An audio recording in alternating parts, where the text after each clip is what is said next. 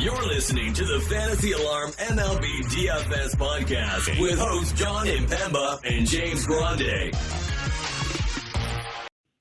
What is going on, everybody? John Impemba here with James Grande. Welcome to the Better Baseball MLB DFS Playbook podcast. It is the last one of the MLB regular season here, James. We have just 13 games here on the final Friday slate of the year for us. It's been a great time doing the MLB DFS Playbook podcast for everybody. We will have the 5 p.m. live stream to close out the live sessions here for the MLB DFS season.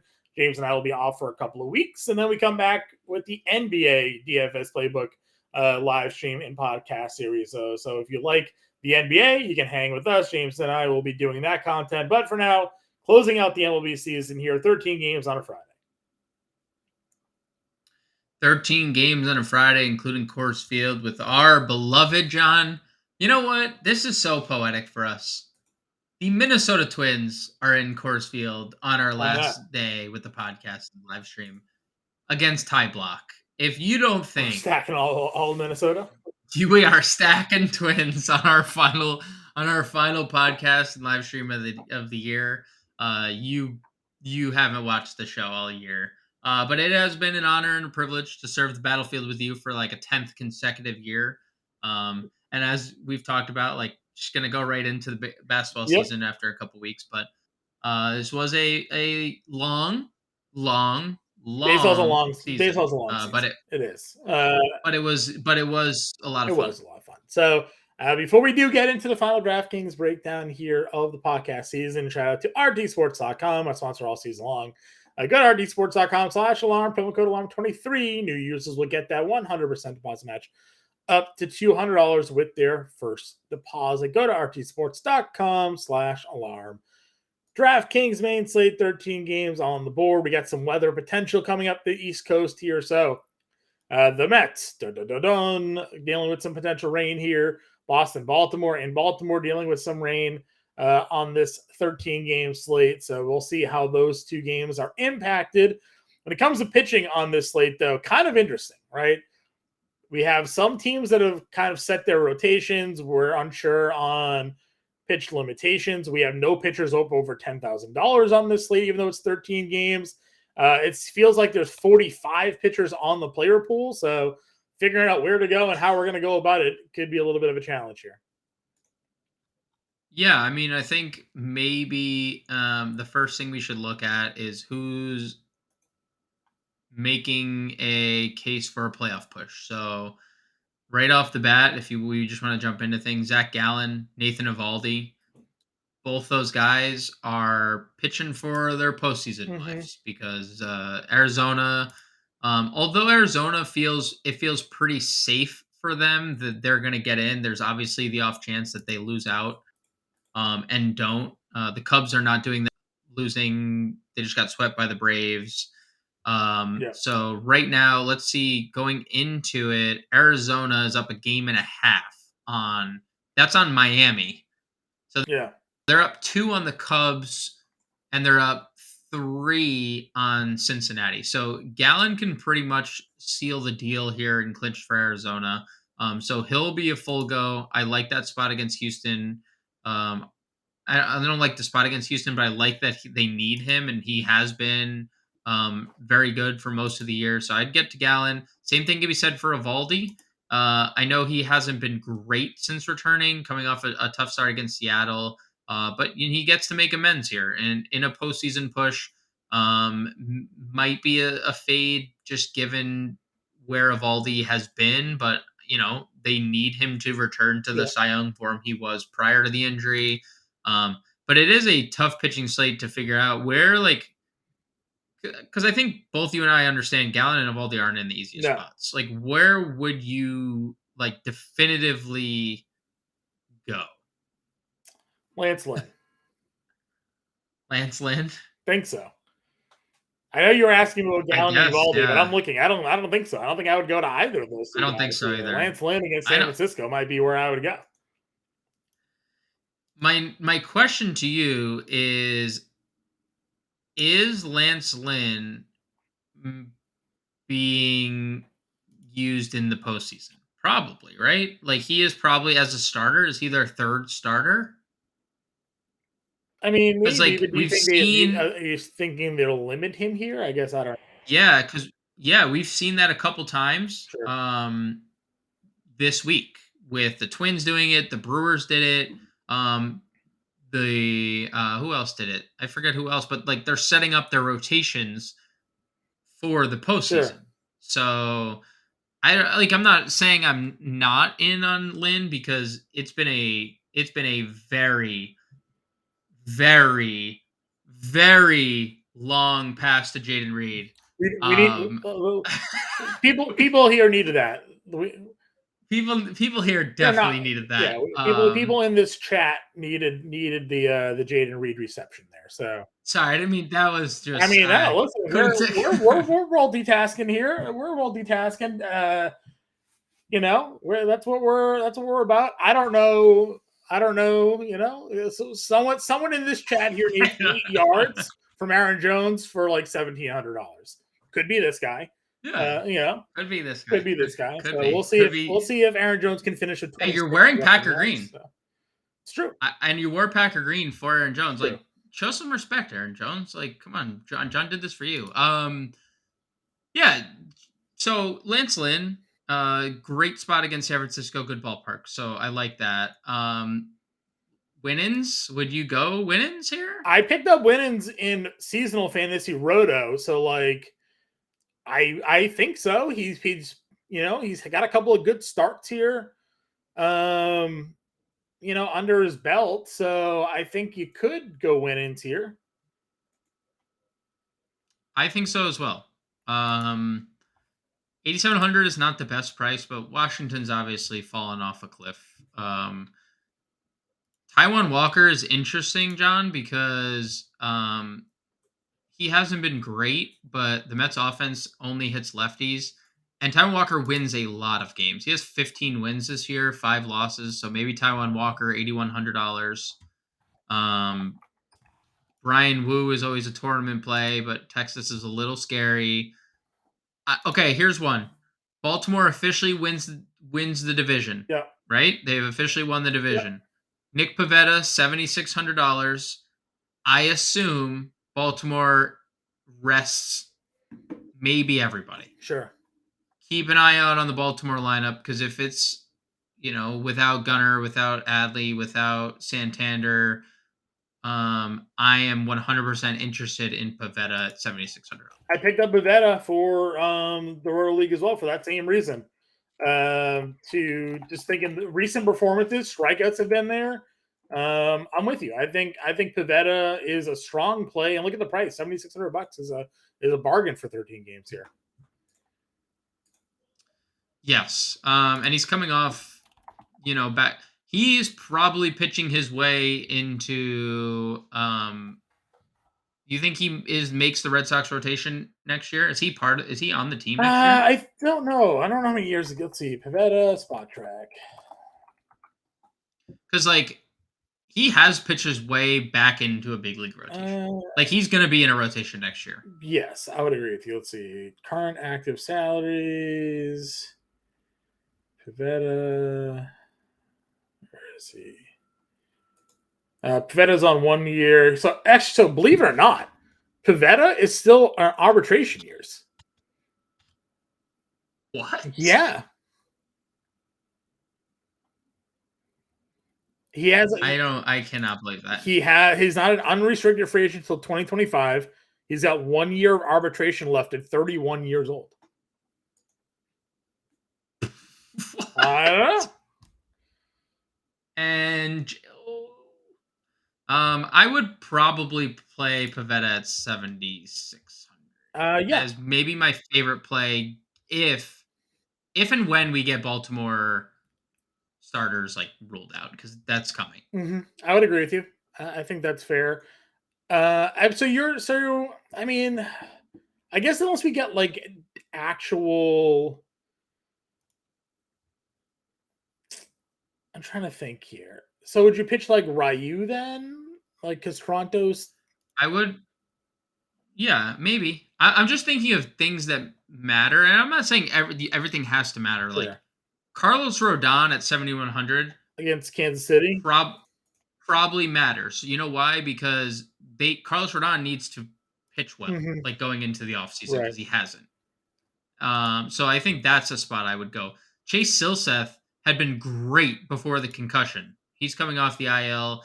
If he's not limited, I would use Chase Silseth against Oakland. Like if Mhm. we find out he's not limited, um, that's probably it.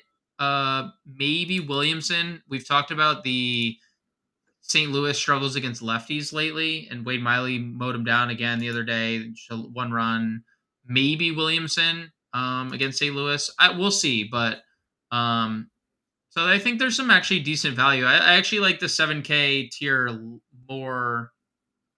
I like the 7K or low, like 8K tier or lower than more than I like the tier above. Sure. All right, let's move on over to the infield positions here again. Figuring out who is and isn't going to be in the lineup could be a little bit of a struggle for the teams that have clinched. But if we're looking to target some guys here, where do you find yourself looking to go for some top price infield options on this 13 game slate? Corey Seager, first and foremost. Brian Woo's been really bad Yes. against left-handed pitching Let's see what the specifically, recent so numbers have been because they were very bad atrocious. for Yeah, against lefties. I'm going to pull up this they were slugging they right were. now here. Versus left-handed hitters, 562, 402 WOBA, 562 slug, 9 homers allowed on the year, a 707 ERA against lefties. It's a 671 Yeah. FIP, so it doesn't really get much better there. So, yes, good call. Bryce Harper, if he's in the lineup, he has been obviously a monster in the second half of this year. He's 5,900 against Tyler McGill. Ellie De La Cruz has started to turn it up. He had a monster. He's done this a bunch of times Mhm. where he just has like mammoth games. He has 3 multi-stolen base games over his last 10. He has 8 stolen bases in his last 10 games, including a double dong mixed in there too. Ellie De La Cruz, 5,800. I feel like I haven't said that name in Yeah, quite right. some time, in such a long time. If the Braves starters, like if the Braves just keep playing their guys for no reason, Albie's 56, Riley 54.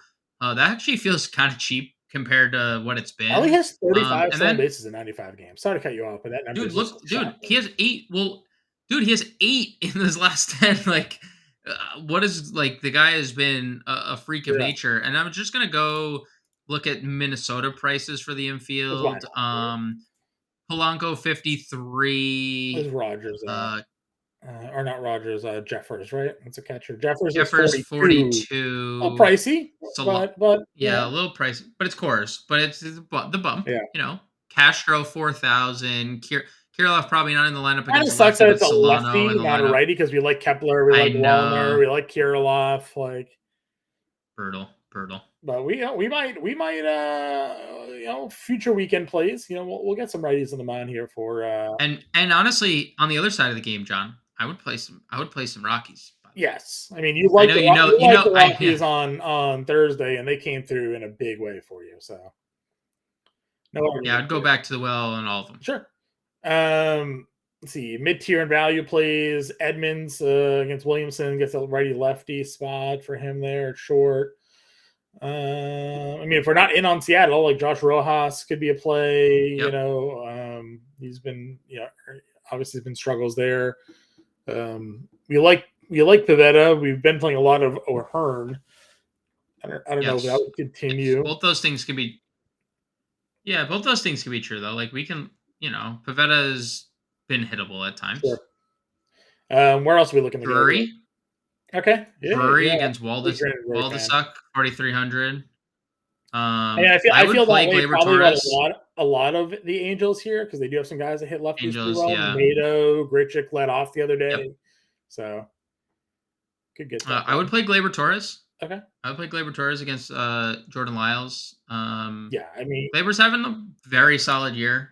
would you We're would gonna get you to the outfield, obviously. consider Jordan Lyles against the Yankees, right-handed pitching against the Yankees?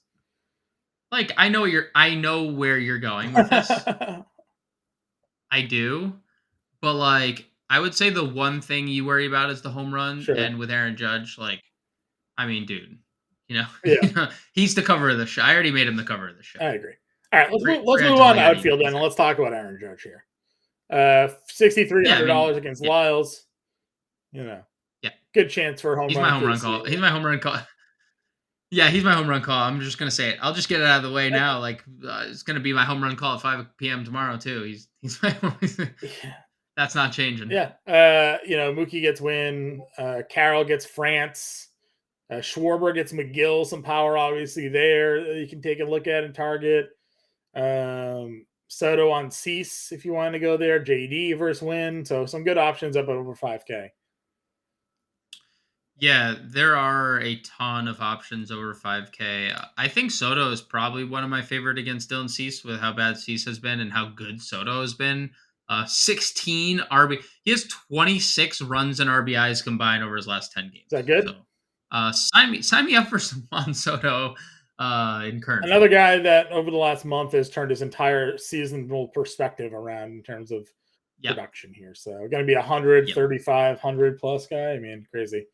Mid-tier range down here. Nolan Jones keeps rocking it. Certainly continue to go down to the well for him here. Depending on your opinion of Ty Walker, you got a couple Mets bats like Nimmo could be in play here as well. He left just for Okay. he left Wednesday's game or what's today? Thursday's Thursday. game. Yeah. Okay. Atlanta bats Ozuna, Harris in play as well in the mid-tier. Yep. I like both of them. Jake Fraley, 4,400. Friedel has been the better of the two. Wherever he's priced, you could play either of those two Reds as well. Okay. Value plays. Anybody below 4K for you? So we'll shout out to say obviously, but we'll keep going down. Yeah, say for sure Grishik, 3,500. He's been okay in an Angels uniform. Oh, Evan If you Carter do is want to, 39 against yeah, Woo. that's a great call. Evan Carter's a great Probably call. I'm just going to Will plug Ben. Carter in now. Yeah, I'm down. I'm down with that sub 4K. Will Benson, 3,400. He's kind of slowed down since we liked him a lot. But Yeah. I'm down with some. Hayward at 34. Yes, Hayward 34. Wait, Garrett Mitchell came back. I thought he was done for the year. Yeah, dude. He started and hit ninth. What a little like jolt right before the postseason, huh? Yeah, can't help my FSGA team anymore, but No, that can't. A little too late, but A little too late. Any other guys? I'm looking at Varsho. If you want to go back to homered. We gave Varsho a lot of love on the Thursday show, and he homered on Thursday. So like, not totally against the Varsho play, Sure. All right, let's get a lineup out here for the folks at home, shall we? Yeah. All righty. We were in on Pavetta. What's our other starting pitcher that we're locking in here? What did we want to do? Would you play Rodon at 71? Yeah, I'm fine. I mean, dude, we didn't like anything else. So like, yeah, well, that's how I felt. And we want to play Seager. We have Carter in here. Catcher position. I would like to get the Judge. I don't know if we can, but okay, yeah, probably can get the Judge. 3,700. We got a value catcher down here somewhere. Yeah, that feels good. What do we want to do? Betancourt versus Ruse, 32. They probably start Christian Vasquez. Honestly, that's probably what Minnesota's going to do. They're going to be weird, and they're going to start Christian Vasquez. Wells against Austin Lyles? Wells. Yeah, Wells versus Lyles. Easy play. How much stacking do we want for lefties? Nathaniel Lowe's 45. We can play all the lefties if you want. Right. Let's just go against me. Woo's been really struggling here. Do you want to go Brandon Rogers at second? Rojas against Evaldi at 32 is down here. Yep. Probably one of those two. I like, I've been playing a lot of Brendan Rodgers, so if that's the direction we want to go, what's our cheap outfielder here? We got a guy that can get us into like a 4K, or is there a cheaper third baseman that we're looking at? Cheap outfield. There's definitely a cheap outfield here somewhere. What's a runner? Runner's a lefty. Let's see. Stock I is was looking at Stone Cold Min, but I didn't find anything. Cheap outfielders. Ref Snyder gets means, but he's been good. we can do Luplow probably starts 2,800. that works. So I was just looking at third base here. 36. Paredes versus Rue, lefty, right? Power. McMahon versus Ryan. Yeah. What do you think? Plug some Paredes for power. Yeah. Could do Willie Castro. Power. We'll leave some money on the table if we do Castro, but gets another twin in there. And we could probably move up from Luplow if you wanted. Too. I mean, you could keep Luplow or move from him. No, I want to keep him in cores, and Castro gives us another. Yeah, that's fine. Let's see. Is there a 44 second baseman? Gleiber. You like Gleiber? You can do that. Gleiber. Yeah, I did. There you go. So we got Pivetta, Rodon, Wells, Lowe, Torres, Castro, Seager, Carter, Judge, and Luplow. So we got a little 2-man Twins. We got a 3-man Yankees and a 4-man Rangers. We'll stack 4-man Rangers. Yep. Not bad. Not bad. All right, guys. Again, final podcast of the day. We'll be live 5 o'clock Eastern, breaking down the entire slate of games here. Are you on the playbook, James? Yes. James on the playbook. He'll have that for all of you guys there. Good luck, and we will catch you guys all later.